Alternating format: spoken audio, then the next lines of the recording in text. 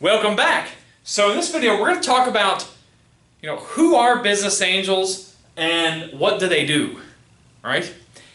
And before I get into all this stuff on the board, because we got a lot to talk about in this video, let's just start with a very basic definition of what is a business angel.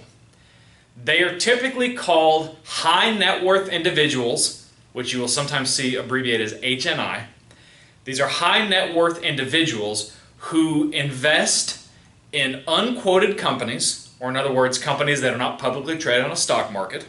So they invest in unquoted companies where they have no family connection. In other words, it's not like their brother's business. There's no connection at all. So they have no family connection in the hope of receiving some kind of financial gain.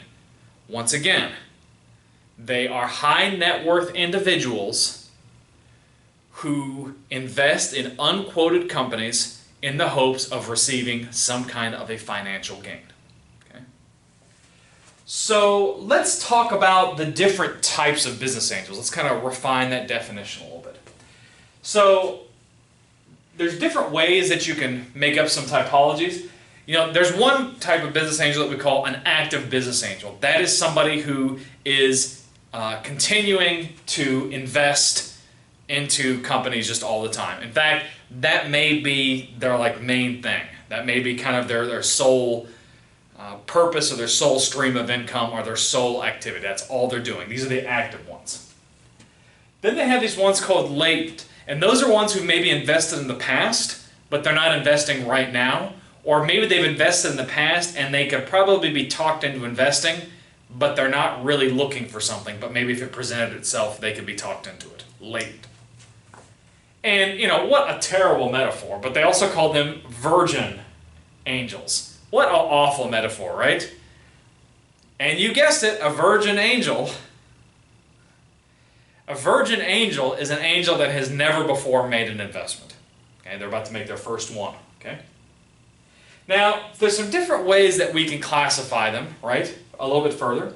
So you can look at the number of investments made. This could also be called the experience of a particular business angel. So, somebody that's made 2 investments will probably be a much less experience than somebody that's made 100 investments, right? So you can look for an experienced business angel. Now, that just because you work with an experienced business angel doesn't mean you're going to be successful too, but it means that they've been through the process a few more times. You can look them up or you can also classify them by specialty or competence. Now, what I mean by that is you can look up a business angel based on their educational or their professional background, or also their industry experience. Some business angels are going to be really, really interested in tech, but I also consulted for a restaurant, and we wound up finding a business angel that was specialized in the restaurant industry. So that's what we mean by specialty, right? What's going to be their contribution, right? What is it exactly that they're bringing to the table? Some business angels, they'll just give you money in exchange for equity. I mentioned that restaurant business angel that we had met. There's also venture capital groups for business angels, but this particular business angel also had connection to marketing and some other things. So when you worked with this business angel, you got cash, but you also had access to marketing expertise. Right? So that's what we mean by contribution. And it can be other things too, like a business angel could also provide you access to his or her accountant, his or her lawyer. There's a whole bunch of other things that they can contribute as well, right? And then how much time are they going to spend with the due diligence? Of course it's grossly exaggerated on that show Shark Tank, but Shark Tank, they make it look like you do the 15-minute pitch, bam, I'm going to make you a deal, right? That would be no time spent on the process. But then there'd be other business angels that will go through, and maybe you do a pitch, maybe you don't. Maybe they're going through the business plan line by line. Maybe they pass it off to their accountant, their attorney, etc., etc. So there's a lot of different degrees between the time that's spent on that process. Okay? There's other ways that you can classify business angels. Again, I mentioned the active ones, right? This is kind of their full-time thing. They have what they call takeover and turnaround artists. Now, one of my first internships, trying to think how old I was. It must have been right before I started college, or maybe it was after my first year of college. I can't quite remember. And this guy was he actually was a business angel, but he had a whole company devoted to take over and turn around stuff. And so what he would do is he would buy failing technology companies.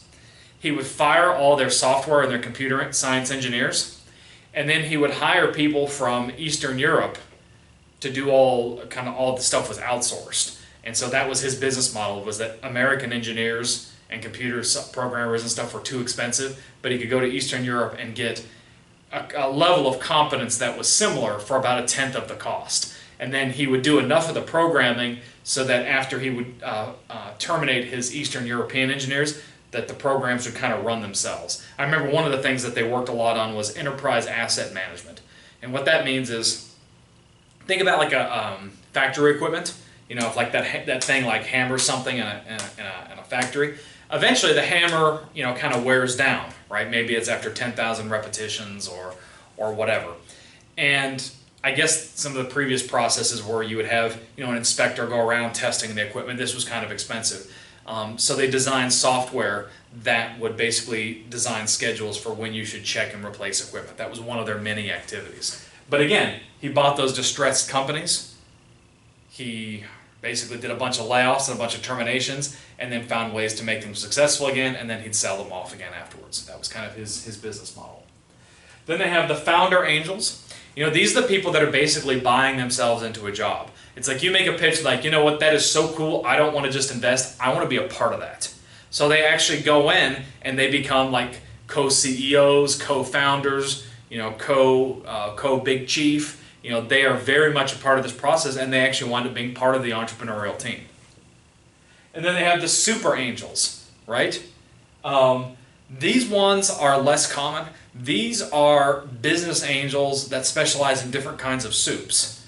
So you have some kinds of business angels that maybe make just chicken soup and then cream of broccoli, minestrone and different things like that. No. These, just saying if you're paying attention, super angels are the ones that usually have many millions of dollars that they're investing at a time. Actually, if you look at the people on Shark Tank and they're investing all that money like that, they could be examples of super angels. So these are the ones that are investing in many, many things at once. And let's kind of tie into that. Let's talk about the demographics of these angels. About 80% of them are male. Okay? They tend to be in the 45 to 65 age group, so they're usually on average about 20 years older than the entrepreneurs that they're coaching. They are normally either cashed out former successful entrepreneurs, so they sold their venture, right, and now they're looking to do something else, or they are senior executives who are looking for ways to make money on the side. Okay, that's their stereotypical profile. Additionally, most business angels will have maybe 2 to 5 investments at any given time, and those investments will range in between $10,000 and sometimes up to $500,000. Of course, there's always exceptions to this, but that's kind of the range. They also invest in a firm for a variety of reasons, or a new venture for a variety of reasons. Yes, stereotypically we think of them as hoping to make money, right? But then they also will invest for reasons of psychic income. In other words, they like being involved with the process. It gives them something to do in retirement. I read an interesting survey and it said that a lot of these venture capitalists said that after they cashed out, they got bored just playing golf all day.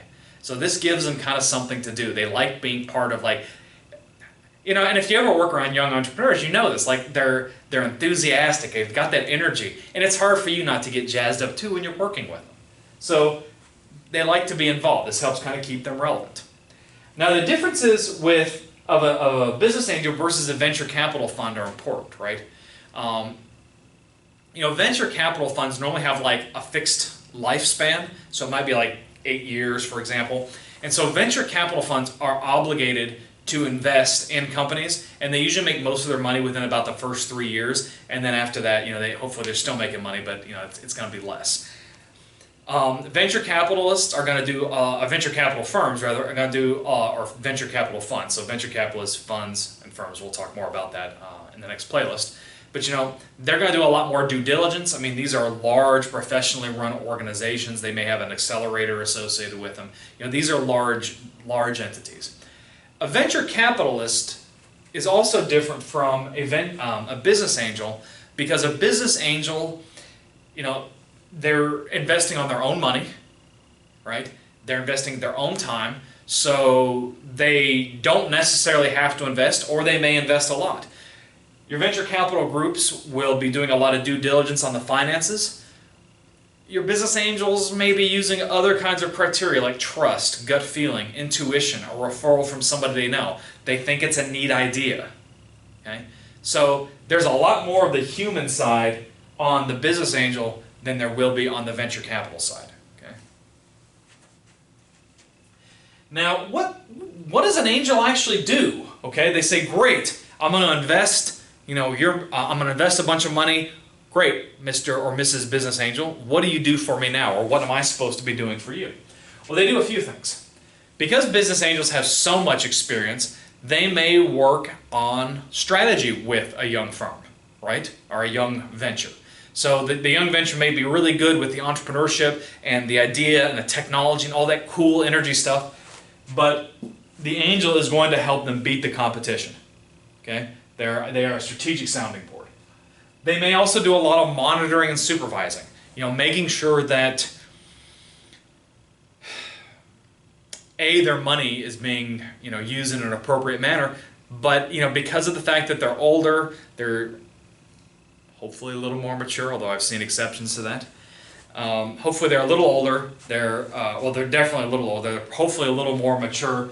They're going to kind of help you set up your new venture into kind of an organization and to make sure that their funds are being used appropriately. Okay? They're going to do a lot of mentoring. You've got a great new idea. You've got these enthusiastic entrepreneurs, but we all have mentors. Right? We all have people that we call, we all have people that we ask questions, and these angels can serve that role. Somebody who has worked 20 or 40 years longer in kind of a similar industry to you, they have so much experience, right? Lean on that. They can help you not make dumb mistakes. Okay? And of course, role acquisition. Okay? Let's say you are that stereotypical tech entrepreneur. You know technology, you know computer programming, right? But you may not know where to get a reliable accountant or a reliable attorney or reliable managers. And so your business angel, because of their vast network and all the years that they've been working, is going to help you get those people. That's what they do. Okay? Then we also talk about individual versus group angels. Now the individual angels are the ones that we've pretty much been talking about for the most part here. But they also have what they call group angels. Okay? And these are starting to resemble more and more venture capital funds. And they're built upon two models.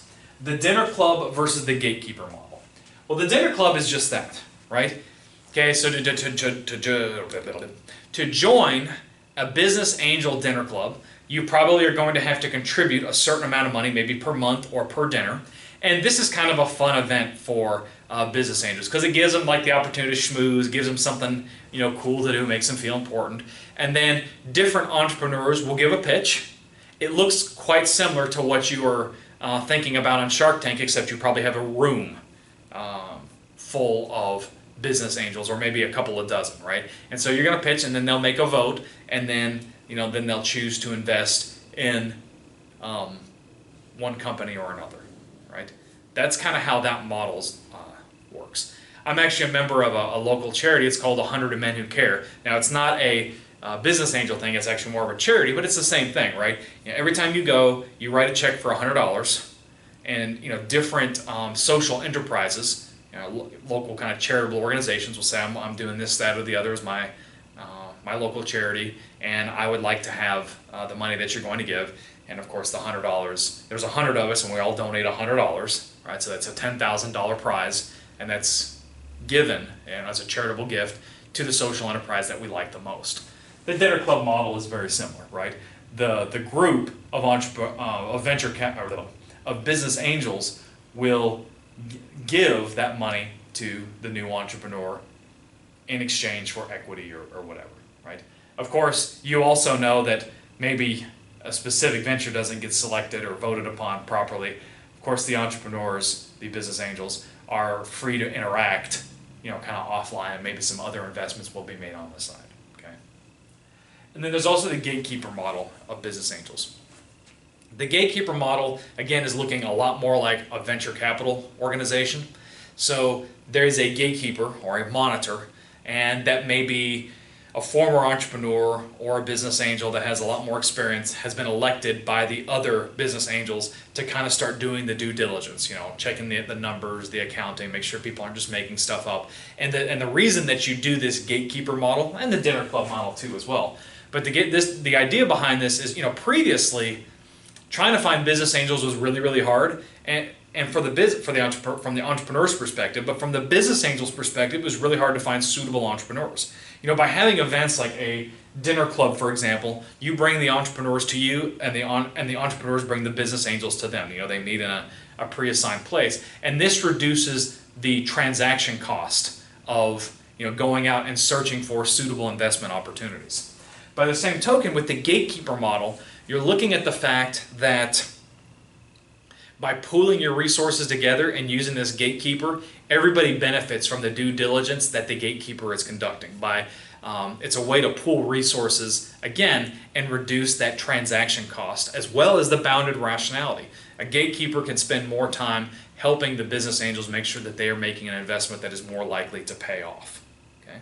So this is the basics of who are business angels and kind of what they're doing. As always, I hope you've enjoyed this video. Make sure you give me a thumbs up if you like it. Hit that subscribe button. And let me ask you this. Do any of you have any experience working with business angels? And if there's any business angels out there watching this video, do you use a dinner club model, a gatekeeper model, or something totally different? I would definitely welcome your comments.